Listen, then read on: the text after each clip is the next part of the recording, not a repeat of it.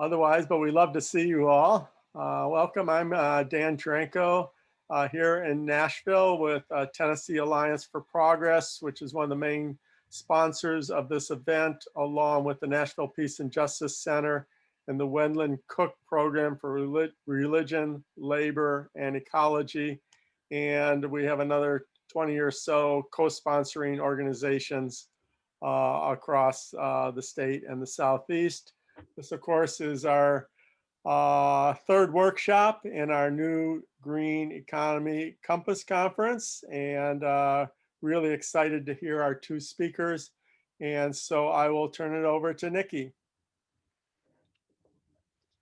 Hi, everyone. Good afternoon, and thanks for being with us today. I'm Nikki Luke, and I work at the University of Tennessee, Knoxville, and I'm thrilled to welcome you to our workshop today on building union and community partnerships, and really, really excited to be here with Vonda McDaniel and Larry Williams Jr. So thank you so much for being here and for sharing some of your wisdom and insight with us. I tried to prepare brief introductions, which was really difficult for both of you because you are very accomplished. But if you'll indulge me, I might introduce some of the things that our panelists today have accomplished and kind of some of their background to set the stage for the conversation. Then we'll have a question and answer period and save room for at the end for questions from the audience. So if anything comes up, feel free to put that in the chat, and hopefully we can address your questions as they arise. So I'll start in introducing Vonda McDaniel, who is president of the Central Labor Council of Nashville and Middle Tennessee. She is a Nashville native and grew up in the First Baptist Church on Capitol Hill.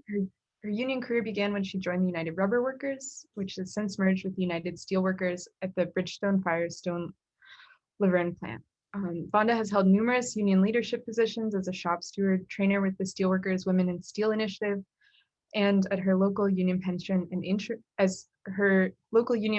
insurance representative. She served as president of the CLC since 2013, and her work intersects with labor, civil rights, faith, and student activism as she models how intentional collaboration can move forward the promise of equality for all. She's also a graduate of Tennessee State University, a member of Alpha Kappa Alpha Sorority, Inc., the A. Philip Randolph Institute Nashville chapter, and the Coalition of Black Trade Unionists. She serves on the Tennessee State Workforce Investment Board, and many other accolades as well, as vice chair for the board for the Music City Center and as vice president for the National AFL-CIO Executive Council. So welcome, Vonda, and thank you very much for being here with us today. Thank you. And Larry Williams Jr. is the Labor and Coal Coordinator for the Sierra Club's labor program. And Larry got his start in the labor movement when he worked with the International Brotherhood of Teamsters, organizing and training and development departments in Washington, D.C., on campaigns to organize workers at FedEx, Continental Airlines, and First Student. Since joining the Sierra Club, he has worked domestically and internationally as a strategist and organizer to strengthen working people's voices in climate, economic, and racial justice struggles. He's the former president and currently a co-head steward of the Progressive Workers Union, which represents Greenpeace, Union of Concerned Scientists, and Sierra Club employees. And he's also founder of the DC-based firm Union Base, the first secure social networking platform for unions and union workers that specializes in labor education and new technology organizing.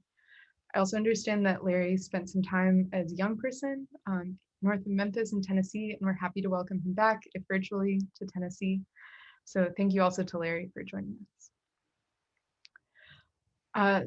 So for our first question today, we're coming together to talk about building a green economy in Tennessee. In the plenary session of this conference, which was on Saturday morning, Colette Pichon-Battle explained that we can green the existing economy, but that doesn't get us to racial justice, economic justice, or the kind of transformative and equitable change that the labor movement has long fought for. And while a lot of us here are focused on climate and environmental issues, environmental justice, the first question I'd like to ask is, what role do you see for organized labor in this particular moment? And how and can unions contribute, especially right now, to questions of environmental improvement and questions also thinking about climate change and the pandemic of broader social change? So whoever wants to go first. Well, Nikki, thank you for that question. Thank you for that generous introduction. Sometimes when you hear about all the work that you're doing, you're like, wow, I just need a nap, right? But it's a pleasure to be here with Dan Draco and some of the other folks that are a part of organizing this forum. In terms of like where I see the labor movement and its role in this particular moment, um, the labor movement, as you mentioned in your opening comments, has been a part of transformative change throughout the history of the country, particularly for my focuses with the civil rights movement. And I just think that now we're at a moment where all of those things are coming together. And as we create new policies, climate change and energy and union jobs are places where the union has institutional knowledge and understanding and can really help to um, shape uh, a positive future. One of the things that I'm seeing already in this new administration that gives me hope is to see the climate activists. And so I want to say that the labor movement is not a monolith, right? So we have unions that are very progressive and on the cutting edge of conversation and involvement and this issue. And then we also have unions that are very, they see enormous job loss. They see that the jobs that are being created in the sectors where they are do not support, they're not family supporting jobs. They're seeing that much of the windmills and turbines and the things that are a part of what we want to see more of, that those jobs are not always family sustaining jobs, and many of the things are not manufactured here. So we have both of those wings of the labor movement, but at our last convention, a resolution was passed overwhelmingly supporting climate change, energy, and union jobs. And I think that, going forward, that the labor movement will be involved in, having the conversations, pushing for change, and working with allied organizations to make sure that we've already joined the Paris Agreement. We encouraged that. That was a part of our resolution.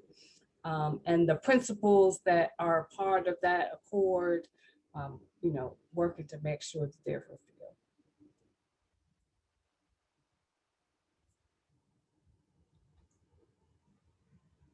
So much. I want to echo what Vonda said about just gratitude at the opportunity to share some of what I've learned over the years while doing this work. And um, I think for the folks on this call, I'm excited to hear a lot of your expertise as well at the end, and hope you throw us some tough questions that we can really dig in on, working out challenges that you all have in your area. Um, so I want to just take a step back for a moment and acknowledge the elephant in the room that, our democracy was almost destroyed just a little over a month ago, maybe, if that, with a white supremacist attack on our nation's capital and the leaders of our government. And, it's something I want to bring up because, I've been doing this work in the environmental movement for 5 years. I've been doing it in the labor movement for 10 years. And, I've always been very, very serious about bringing up equity, justice, racial justice, gender justice as a part of the climate justice and labor movement. And, I felt like I've always hit headwinds, particularly from folks who are from the traditional environmental movement because they maybe didn't see the connections. I think same with the labor movement, we've become accustomed to what we call bread and butter philosophy. It's about wages, hours, and working conditions, which I get that. I'm out of the labor movement. I'm out of the Teamsters. Building power for working people is not it is not only for white people. It is not only for Black people or brown folks. It is for everyone. However, I think it's impossible to ignore now that our movements are constantly under attack from fascism wrapped in racism, wrapped in sexism. And, hearing that there's, potentially faith community on this call, I'm excited because there hasn't been a coordinated, powerful involvement by the faith community since Dr. King was leading the charge for racial justice in this country. Seeing Reverend Enoch, I'm going to get his name wrong, but the senator in Georgia be brought in was really powerful because he was coming from a faith-based perspective, but also a progressive at the same time. So having grown up partially in Tennessee and coming from a Christian family, I think, I can't see this movement winning without all of us getting a part of this battle and having an understanding of why we need to be a part of it. So I just wanted to start off by saying that. So really quickly, in terms of the labor movement's overall, I think, position right now, it's important to know that over the last 50 years or maybe more, the labor movement has been in a constant decline, particularly the private sector, but more recently, the public sector has been under attack. This is a narrative that you hear, but you don't often hear why that's the case. There has been a concerted effort to attack the labor movement, both legislatively, but also public relations wise. You add that to the compacted, impact of outsourcing, increasing use of technology, and a new generation of workers who don't necessarily understand why the labor movement is important. We see why there's been a decline. However, starting in 2017, 3 out of 4 workers joining union were under the age of 35. So that for me was sort of the turning point where I started seeing things turn around. Obviously, it's not an overnight thing. It takes time to build a sustainable movement that can prove to people that it has the power to change their lives. It's something that I had the blessing of joining the labor movement in the organizing department, so I saw it in front of my eyes. But I do want to say that the main problems that you see in the public right now, because of the COVID pandemic, over 300,000 lives lost, maybe many more that we don't know about. The idea of remote work, pay equity, particularly for women of color, paid leave. These are labor movement issues. These are things that the labor movement has a track record of attacking, in addition to safety, workplace safety. So the labor movement has a very important role in that. Also, the idea of essential workers. This has been the ongoing mission of the labor movement, the United Food and Commercial Workers, representing people who work in grocery stores. The Unite Here, representing hotel workers, these people who have to have direct contact. The Amalgamated Transit Union, representing bus drivers. These are working class people. These are union people. This is us. This is our families, right? Not only equal pay for those folks, but workplace protections that allow those folks to have physical protections on the job. If you've been paying attention to the news even lightly lately, over the last year, you've seen bus drivers dying, you've seen nurses dying from the National Nurses Union, one of the most progressive unions around this legislation. They were the first ones pushing for protections for their workers, and pay replacement, things like that. Just closing up here, I want to highlight that the Biden-Harris administration, in its first 2 weeks, immediately held meetings between labor leaders and business leaders. And that was overshadowed by the fact that the Trump administration was slowing down the transition. But let's be clear, every level of government has been nearly disintegrated by the Trump administration, including health and safety, EPA. I mean, you go down the list of administration, it's been hollowed out. USPS, it's all right. So it's going to take time to build that back. First 100 days, in my opinion, is about rapidly triaging the bleeding. but then it's going to be about the building. And the Biden-Harris administration have made it clear it's about just transition. But how does that relate to Tennessee? How does that relate to Memphis? How does that relate to the South? We're still dealing with the legacy of exploitation and slavery, dividing white workers from Black workers and so on, playing us against each other and battling for the lowest common denominator on the economic pole, right? So here we are, we're post George Floyd, we're post January 6th, we're currently in the middle of COVID. What better time for us to tackle these historical inequalities than now? And I'm just going to close out by saying, on a final word there, to build a movement that wins, we have to tackle the big problems. And that means building a coalition that includes labor, faith, clean energy partners, environmental justice.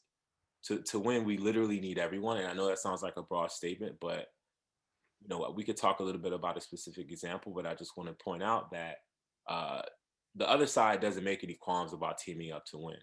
So if we're gonna, you know, be picky about who's in the room on our side, then our chances of winning are significantly decreased. Thanks. Thank you both for those comments and for situating us in this broader historical struggle, in the broader struggle, and the connections also to questions of civil rights and to organizing in the faith community that I think segue us well into the second question, which is thinking about something you both touched on in terms of the need to work across movements and the need to think about the labor movement and how diverse and intersectional it is. Could you share some lessons for building successful partnerships between unions and community or unions and environmental organization? Maybe some of your favorite projects you've been a part of or how you see that in this work. Yeah, so thank you for the question. You know, very early in my work life, well, first of all, the Blue-Green Alliance was situated when it was formed, and you know, Larry is an expert on the work of the Blue-Green Alliance, but the paper workers had a headquartered here in Nashville. And before they merged with the steelworkers, we had the international office here where they had the Blue-Green Alliance. And so unions like the steelworkers, like CWA, and many other unions, in addition to the Sierra Club and other climate justice organizations, were a part of the Blue-Green Alliance. So I had exposure to that very early. In terms of like what I've seen work successfully, there was a Firestone plant in Memphis. And, you know, a lot is known about Memphis and the sanitation strikes and the social justice, but what they don't know, or what they didn't know until Marquita Bradshaw ran for Senate, is the rich like coalition, deep coalition work that was done around climate justice there. Bridgestone Firestone had a plant there that they closed. It was a brownfield. It was in the middle of a community of color. And so all of us in this area got to work on, you know, advocating for resources to be able to change that brownfield into something that was not poisoning the community, and that was actually, you know, they turned it into a park later and did some creative things, but there was an environmental cleanup that we really had to fight for to make sure that it was done. And so, you know, that was a coalition that took years and years. It took, you know, people in and out of the coalition to make that work. But as a result, Bridgestone Firestone, you know, now all of a sudden in Laverne, we have fish in the water in the plant to make sure that, you know, life is possible in those areas. They plant trees. We got animals on the property because they saw the mistakes that they made in terms of what happened in Memphis, and they're trying to make sure that in other places that they are having a more environmentally sustainable operation of their business model. And so, over a 30-year work life, that's something that I have been involved with. And also it's kind of a model of how, all of the things work together. So. Wonderful example. And just to just to correct myself from earlier, that was Senator Warnock. So in case anybody sends this recording to him, sorry, Mr. Warnock or Senator Warnock, that I didn't get your name right.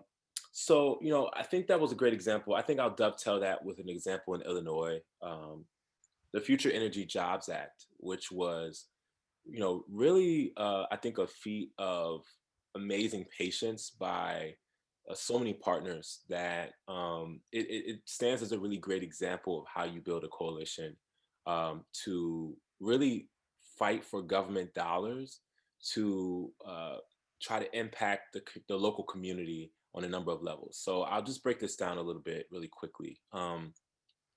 So first of all, I want to acknowledge that the labor movement in the United States, particularly the building trades, has a reputation for being notoriously difficult to get in.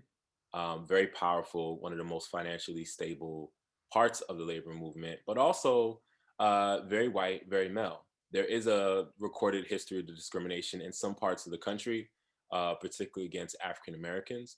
But I also want to note that there is a history of uh, some parts of building trades being very progressive on issues, fighting for social issues, bringing in and impacting and supporting and training the community.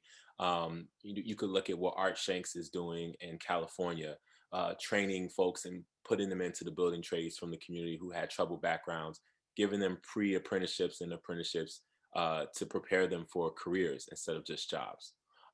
But in Illinois, what happened was you had a coalition of environmental organizations, faith organizations, folks interested in stopping recidivism, the returning of folks to jail, and solar companies, believe it or not, like Sunrun, in addition to environmental justice organizations, to create a bill that would focus on the creation of jobs to reach, clean energy standards by a particular year. But the idea was that you would make a certain percentage of those jobs for the environmental justice community. And there will be a pipeline of folks coming from community colleges that will be trained by the labor movement, because that is the expertise of the labor movement. There's a lot of training and doing work on a higher level for better pay. So this coalition, there's feature 1.0 and 2.0. The first version of it was a really difficult, slow process of getting all these folks in the room and really working to iron out the differences. A lot of times there's, a fear from the solar industry that if it is unionized, that the wages will be decreased or increased, and therefore it will be not affordable. There's a fear from community folks that the jobs won't go to people who live in the community, because that's what's historically happened a lot. You'll see that major projects are done in a community, but no one will be from there. And therefore the property values go up, the taxes go up, and then what happens, those folks are forced out. It's really a bad cycle. And that's not always necessarily directly relational to race, but sometimes it is. So I think that the power of that coalition is that you really had folks in the room who may have had, at least in the beginning, thought that they had opposing goals and outcomes. But the beauty of it is that once you are in a room and you start to attack the problem instead of each other, you realize that we really have a lot in common and that we can reach those goals together. Um, my role in that was, supporting folks and understanding the labor movement's part in that, and also, trying to be the communicator and trying to break down those walls. A lot of times when you're in the labor movement as a negotiator, you realize that the problem itself is not necessarily something that's easily understood on both sides, and we all have assumptions about each other that can stop us from understanding what the actual barrier to us getting a deal is. I'm going to leave it there and just say that, if you and your local area are thinking about creating a coalition, you can start by thinking, okay, who here is a person that is important to be a part of this conversation? And can I engage them, find out what they've been trying to do, and see if there's an alignment? Not necessarily saying, hey, what can I go get out of this situation? But more so, where can I line up with what other folks have been doing, as opposed to rebuilding the wheel? And then maybe we can move towards the goal together. Thank you both for those examples. And I think they highlight two really key questions when we think about a green economy and what it means for the future of workers, especially workers who are already in the energy industry. Larry brought up the term just transition before. And I think the question also of the Bridgestone Firestone plant and kind of joining occupational and environmental justice, like protecting workers, and workers are also live in community. They live in a place and they're affected in many different ways and can be a voice for environmental justice issues. And so I guess to that point, I'm curious if you might be able to talk a little bit more about some of the questions that you raised around what it means to create family supporting jobs and good jobs that might come about as a result of the green economy. And then kind of more broadly, are there any ways in which you see this happening already in Tennessee, or ways in which labor is already plugged into questions of environment and environmental justice? I know Vonda already provided a really excellent example, so thank you for that. In the South, either in Tennessee or in the South more broadly, because when we think about kind of the way that Larry set up this conversation, some of those most restrictive labor laws apply to us here in Tennessee. And some of the challenges that we face are the Future Energy Jobs Act is an amazing model. And our legal system is a little bit more restrictive than that in Illinois. So it's kind of a rambling question, but if you have any thoughts building from that, that'd be great. No, one of the things that Larry raised was around apprenticeship readiness programs and the building trades, and the building trades, depending on like what the issue is at the moment, we find ourselves sometimes in different places in the coalition. One of the things that sometimes organized labor has a reputation around is being somewhat transactional in terms of like partnership in coalition. And I think that, my longstanding relationship with folks like Dan and Nell Levin and, folks that have been trying to put together these coalitions through the years. I can't remember in terms of my work when I didn't know them and when I didn't, when they weren't, bringing these kinds of coalitions together. But as we look at even we had this explosion, and what they found as a part of the explosion on Christmas Day here in Nashville was that we had water pipes and infrastructure that was 70, 80, 90 years old. How can we retrofit and as we begin to rebuild and make sure that we are using in terms of incorporating in the energy sector, how we retrofitting our schools. The pandemic has shown that the HVAC systems in those schools is not supportive of making sure that there's not like community spread. In the transportation sector, are we making sure that we are having bus rapid transit and doing the things that are most environmentally friendly?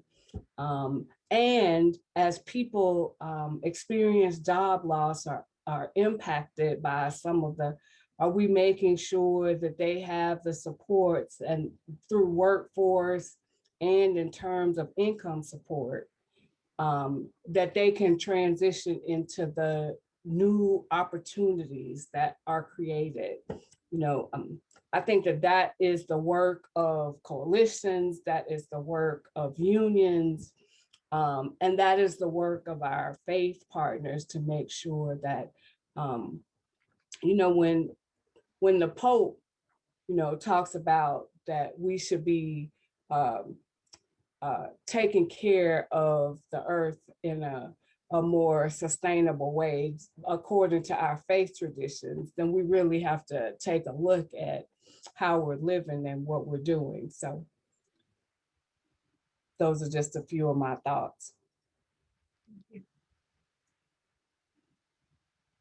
Excellent. Nikki, could you reiterate the question for me? I was, you know, I want to make sure that I give an answer that I think tackles the broader question around the family sustaining part, but I just want to hear the whole question again if I could. Yeah, so the question being, when we think about the future of the green economy and some of these investments that need to be made, Vonda also pointed to infrastructure more broadly. How do we ensure that jobs are family supporting jobs, family sustaining jobs? And also, given some of the particular legal regime in the US South and the question of being in a right to work state, are there particular opportunities that you see, or particular places you can point to where this work is being done well in the South? Okay, wonderful. I'm glad you reiterated that question, because the first thing I wanted to just acknowledge is that I understand that the South has a completely different reality than the Midwest, the West, and the East Coast. I do want to note that, you know, there's a lot of activists who have been waiting for this moment. I'm one of those folks included. I think that we really have to go big in this moment. We have a president that understands the importance of supporting working people. Um, the After, you know, 60 or 70 years of anti-labor legislation and, you know, senators and Congress people who are not supporting working people, I think that folks, what I really do notice is that folks are starting to recognize that they're really paying attention. Think about the dynamics of the election where Georgia went blue, Arizona went blue, Pennsylvania went blue. I mean, this is a once in a generation chance. Obviously, the Obama wave was a little bit different, but the coalition that President Biden had to build to win was really amazing. And I think it really hasn't hit some folks again because it got overshadowed by January 6th. So I think it's right to acknowledge the historical barriers to winning big in the South, but I also think we have to recognize this is a big opportunity for us to potentially change legislation that hasn't been changed in a really long time. And then also, you know, over the last 4 years, a lot of organizations had to pivot because we couldn't get legislation across the line at the national level. So they started building at the local level, which is great, right? Because that gave us a lot of blueprints and connections that are already there. I never say that we should put all of our eggs in the federal basket, right? Things move very slowly. You know, we could lose it in 2 years at the midterms, but I think we should be building and organizing in anticipation of the midterms, but also saying what can we do to make Tennessee the place that we want to be in, that we want to live in for the long term? What is the big goal? Is that changing your labor law to make it less restrictive and to protect labor rights? At the national level, we have the PRO Act. What's the local level version of that, right?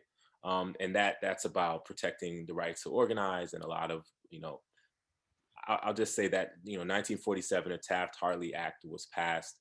It was a very anti-labor law. It was trying to basically claw back what had been passed in 1935 National Labor Relations Act.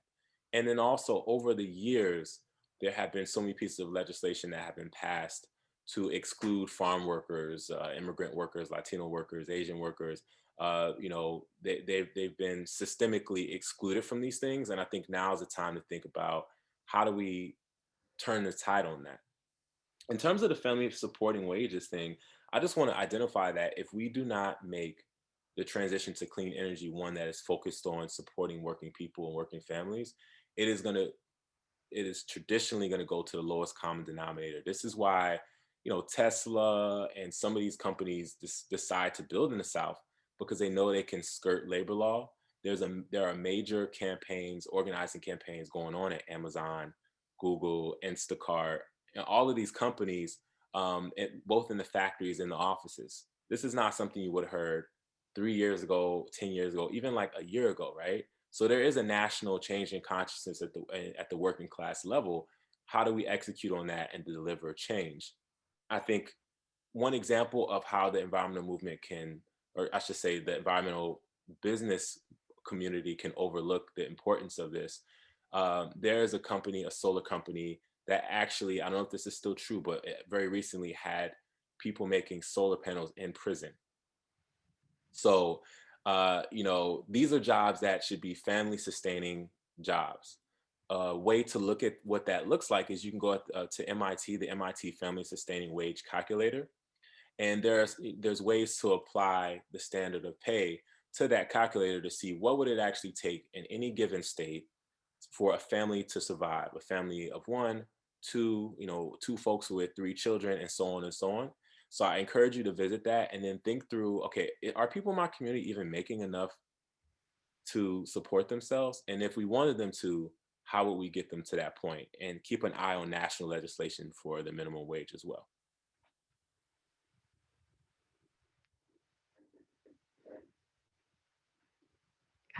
Thank you so much for those.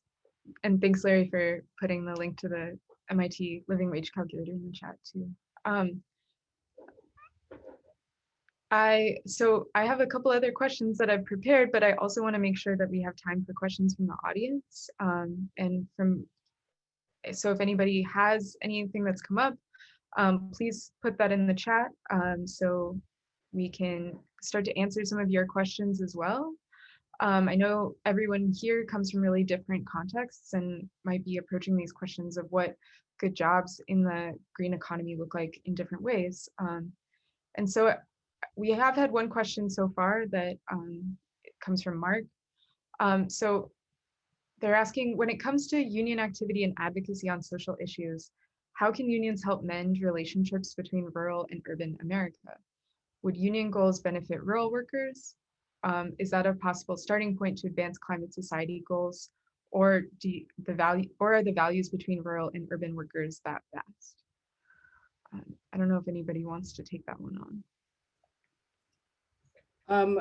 Well, it seems to be tailor-made for me. That's something that we're thinking about a lot here at the Labor Council, especially with what has happened in the last election, but really what we've seen evolving since 2008. And, I think that more, when I came into the Steelworkers 30 years ago, we had a program that was called the Rapid Response Program. And the Rapid Response Program was really about education. It was about creating communication and education. And quite honestly, while those programs still exist, they are not as vigorous programs, because after President Obama was elected, after the passage of healthcare reform, honestly, as unions, maybe we weren't as politically courageous in that moment to have, the difficult conversations.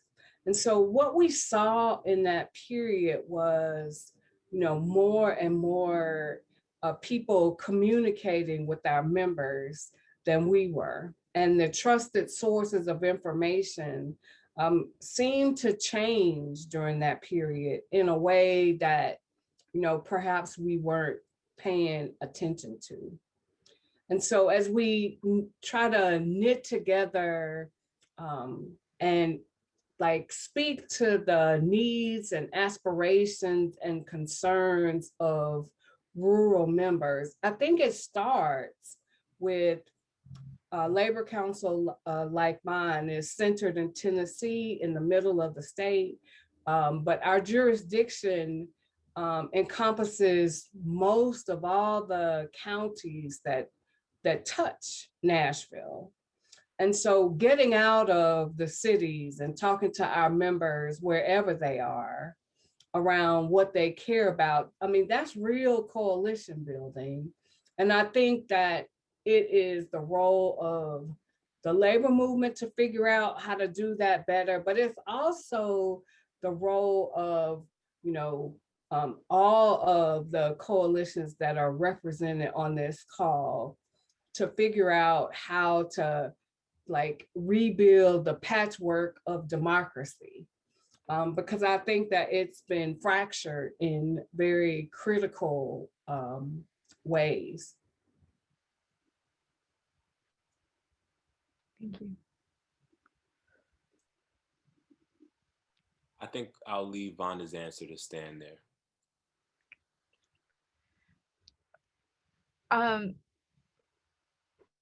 So we just had another question, and I think we're going to have a whole panel on this too. What do our speakers think about employee-owned companies and any benefits they might bring for the workers' owners? Dan could talk more about this, but there will be a panel later in the week as well on worker-owned cooperatives. But I don't know if the panelists want to add anything to that question. Yeah, I can make a quick comment about that. It's funny because I have a unique position in that I do own a company that, you know, my colleagues, I've given them pieces of ownership of it. I think the American law should be updated to make that a little bit easier. It's like, telling that to your accountant, like, how do I give everybody shares? They kind of look at you like, why would you do that? But it's, besides just the ownership part, it's also about the decision-making power. This is what makes unions powerful, is the inclusiveness of how to run the organization, understanding that even if you are the owner, you don't have all the answers, and the people who are helping you do that work should be a part of the decision-making process. I think it's key to your success. But I think the benefits that it brings is, number one, people have buy-in and they know that the long-term viability of the company is going to help them grow personally. It's going to contribute to their ability to sustain themselves. Also, when it comes to that decision-making process, if you're not the sole person making the decisions, I think that it helps you to have a little bit less of an ego when you're making these decisions, and it forces that accountability in the long-term outlook and planning of the company. The only experience that I had internationally about this was in Cuba, going to see, Cuba just this week allowed, I think the article I saw said all kinds of private businesses, which is like, whoa. But previously, the way that their system was set up was that if you had a business, it was like 51% owned by the government, but then, they were opening up slowly to allow people to have majority ownership of their company. So it's funny that, for Cuba, a move towards private ownership is considered radical, but here, a move towards, co-op owned companies would be considered radical. But I do think that we do need to rethink the way we're doing the system, because it's not working, obviously, the way that it is. And for anyone who didn't see, the worker-owned cooperatives in the green economy is Thursday at 6 p.m. I think I'll be joining that. Thank you for the question, and Larry, for your response. I did have one other question building off something that Vonda shared, and then, sorry, I just saw Bree's question, but I'll finish asking my question, I guess, moderator privileges. In thinking about earlier, Vonda, you said that unions are sometimes transactional in their approach to coalition building, and I think many different kinds of organizations face that same critique. And so in thinking about building and sustaining these connections with organized labor, and for all of the people who represent various stakeholder groups on this call, what are some of the ways that people who might not be as familiar with organized labor, or who might not be a union member, can show up for organized labor? And what are some of the priorities that you have with the CLC, or that others in your coalition have in Tennessee in this year? So thank you for that question. That gives me an opportunity to talk about like what we've been doing with the Labor Council for the last 6 or 7 years. for any of you that have been in Nashville and turned on your TV, they often say Nashville is a city on the rise. And if you look, the amount of cranes around the city that dot the skyline is enormous. But, as a labor movement, what we've seen is a lot of wage theft. We've seen a lot of people killed, unsafe workplaces. We've seen a budget that was predicated in terms of our city budget on tourism dollars. Hotels have grown in terms of, and dot the landscape downtown. And so the Labor Council has become involved in a coalition around equitable development. And equitable development includes a whole lot of stuff. We had a tornado, we've had an explosion now. How do we make sure that impacted communities are included in terms of the repair of those communities and not pushed out? Because what we have seen in other places is that after disaster, that the capitalists come in, they push the folks out that are impacted, and the communities are gentrified. So, we are working in coalition with folks around gentrification, around development, around making sure that worker voices are a part of all the decision-making processes and boards and commissions. So, we are engaged in a lot of coalitions, some represented on this call and some perhaps not. But, relationships of any kind is an ongoing process where you have to check in frequently to make sure that all the stakeholders, what their concerns are being met at the table.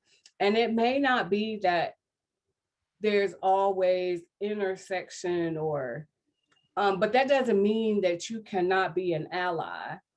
And so, that means showing up for stuff that may not exactly relate to getting jobs on a project for one of our allies. But also that means that our allies show up at the courthouse when we're advocating on a development bill. So, yeah.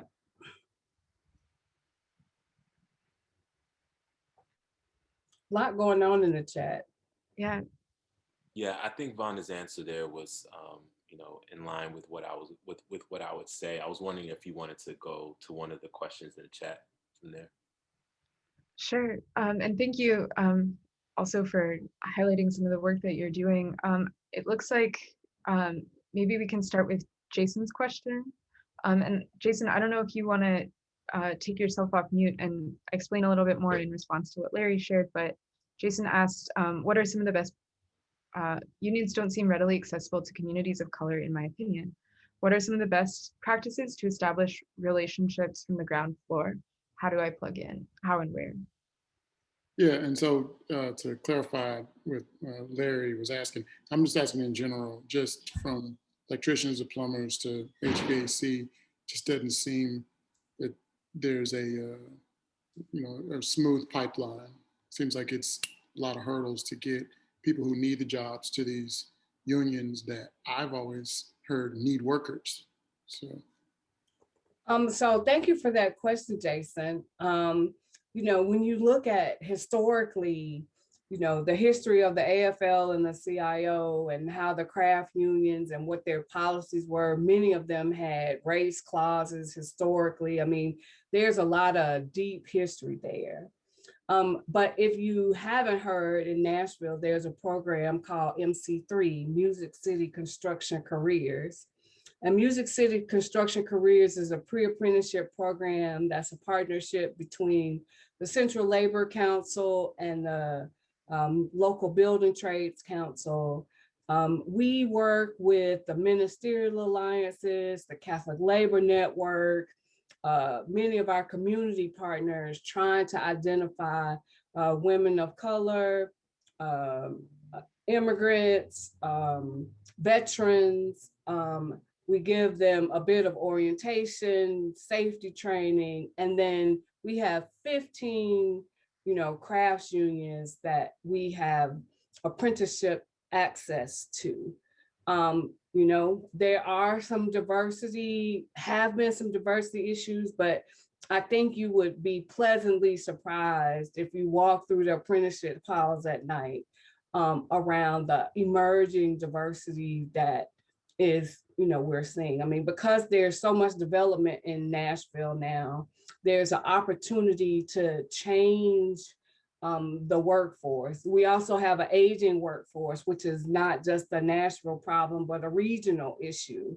And so as those folks retire, a new generation of workers have an opportunity for introduction into family sustaining work. And we believe that the federally registered apprenticeship programs not only provide high quality training, but they also provide the opportunity for really a lifelong path into union membership, which has changed my life. And I want to make sure that other folks have that opportunity too.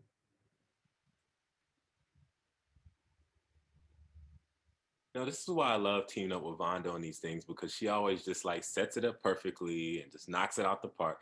No, but I want to acknowledge, thank you, Bree, for deferring on your question, and Kitty also saw your question. I just want to, first acknowledge, Jason, that, there is a real issue with the way that communication is set up between the labor movement and the outside world. Right now, you got to understand that only something, I don't know the updated numbers, I think it's 8 to 10% of the population is in a private sector union. Something around 20%, last like 24% is in a public sector union. And, earlier in the call, when we first got on, I did acknowledge that there's issues, racially, like every institution in the United States around race. It's very complicated, and we could have a whole series of calls on that, because, in the early 1900s, there were Black only locals in, a lot of major unions, including the Teamsters. And, with that comes a certain level of independence and control over your destiny. But then there were also integrated locals that were Black and white and Latino that worked in great cooperation, that corporations actively worked to create division between those workers because they saw an easy line of attack. And that's still happening to this day, right? But back to your specific question, I think it's important to give that context to say that there have been movements within the labor movement, within the organized labor movement, of unions of people of color and women, to try to bring in other folks who look like them and get them those benefits of being a union member. Because being a union member shouldn't be the exclusive thing, like I got it and you don't, right? It's something that should benefit everyone. So I'm just going to name off a few of those groups that are quote unquote affinity groups, because they formed within the union to be able to get folks to have the opportunity to come in and also prosper. The Electrical Workers Minority Caucus, it's a group, a part of the International Brotherhood of Electrical Workers, so the abbreviation is EWMC. These folks are amazing. It's Black folks, but it's also white folks, but people who are interested in progress. And I've been to conferences with these folks, and I mean, the energy is crazy, because they're like, we're young, we're trying to get more folks in here. You got the older folks giving guidance and like being like, come in. And they're trying to break down the barriers that they do see. The Coalition of Black Trade Unionists. This is dozens of unions that have come together. They send their membership every year. And the goal is to get folks from different unions that are folks of color, underrepresented, to have a union identity and understand the importance of being a part of a union. And then there's ALPA, which is the Asian Pacific American Labor Group. I don't know as much about them, but I know that they're very active, building community. And so there's a few of these groups. I should probably make a comprehensive list. I think I'll work on that and then send it to Nikki, and then she can share it with you folks if that works. But I want to know, in terms of engagement, if there's a union in your area, because a lot of times we'll walk by it, we'll see the union logo, see people coming out like, how do you, what is this, right? If you're an activist, I think that, you know, I always encourage people to try to set up a simple meeting. It's difficult during COVID, but I guess a video meeting, and like have a conversation to learn about who they represent. Because remember, a union's main job is to represent the concerns of their membership. And so right now, I think that a lot of unions are focused on potential layoffs. They're like really worrying about making sure that their workers can make it through COVID, that they're safe in the workplace. So it's not necessarily that they're not, in this moment at least, you know, I don't hear people saying that they don't want outsiders. It's more like they're supremely focused on the interests of their members. But you can set up a conversation, and if you're an organizer or an activist, and really engage and say, hey, like, I'd love to hear what you're working on, share what we're working on, and see if there's some shared ground. That can be a little bit more difficult if you're focused, for example, like a lot of Sierra Club folks are trying to shut down refineries and coal plants, and that can be seen as contradictory to the mission of the union. That's the supremely difficult job. And I think the thing I want to point out here is that the difference in the environmental movement and the labor movement a lot of times is the time frame we're working on. The labor movement is thinking about their workers now, next month, next year, getting them to be able to keep sustaining their family. The environmental movement is thinking about 5, 10, 20 years from now, and the fact that we need to have a livable planet. So the challenge is to see where those interests meet and where we can work together, and hopefully talk about where we can build power for the short and long term.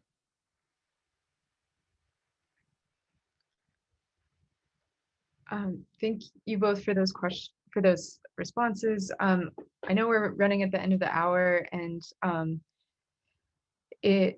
we've gotten a few more questions, but since we're scheduled to end at 2, I am curious if you just want to, well, I also don't want Kitty's question to get lost about thinking about especially protecting essential workers, and even when they might be unionized in this moment. If you have any thoughts on that, or any closing thoughts to end the discussion today.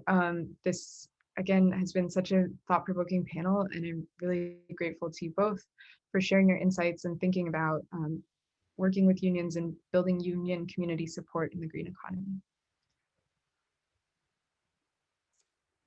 Yeah, so I want to first thank everyone for the opportunity to be able to sit in this space, and you know, hopefully out of this conversation will be more conversations that speak to what Larry talked about. You know, I think that there are workers that have driven this economy, that have been working and invisible, that over the course of the past year, you know, we see that their wages are low, that they don't have access to health care to be able to take off when someone in their family or themselves is ill, and that they work in what is unsafe workplaces. And so, you know, one of the things that the Labor Council has really been involved in, and want to work with anybody else that is doing that work, is around, you know, elevating the concerns around paid leave, and those are things that we all need for the public health of our communities. And so, you know, we're working on healthy communities, but I also want to say that coalition work is never easy, but it is necessary. And so I look forward to hearing the conversations that are held over the course of the week, and how we can make transformative change in our state together. Thank you. Yeah, you know, I think if I had to sum up this conversation for me, which has been really great, is that, you know, if you are in the South, you're used to hearing that we can't do this. I feel like the politicians at the top on down are always just kind of set in their ways, and this is how things have to be. for me, it was super, super, super impactful growing up, not too far away from the Lorraine Hotel where Dr. King was killed. And I think it's helpful to revisit some of his later speeches, the Vietnam speech and the letter from a Birmingham jail, and realize, as impossible as things may seem, because of the Mitch McConnells and there's so many names we can mention. Really, we are the ones who decide where this democracy goes. And the other side took it so far to the right that now it's quite obvious, because of COVID, because of the economic crisis that we're in, that if we don't do something, people are just going to fall through the ground.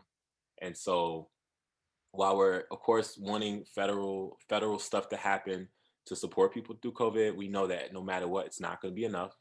And we talked a little bit about just transition, but I'll just say, rather than, thinking within the confines of what's been done in the past, let's imagine, what type of economy we want to transition to, and let's decide what that looks like for ourselves. And we have 44 people on this call. I'm pretty sure a lot of y'all can teach me something, and that we all have something to bring to this. So let's think of this more as a movement as opposed to a moment, and figure out where do we want to get and what are the steps to get there. Thank you so much. And if everyone could please join me in thanking our panelists today, Larry Williams Jr. and Vonda McDaniel. I've learned a lot, and I really hope everyone has as well. Thank you so much for your time today, and for sharing your insights with us. And again, hopefully this conversation will continue throughout the course of the week. We have several other panels, one also explicitly on faith groups and thinking about their role in the green economy, and that will hopefully address some of those questions in that session too. So thank you again. And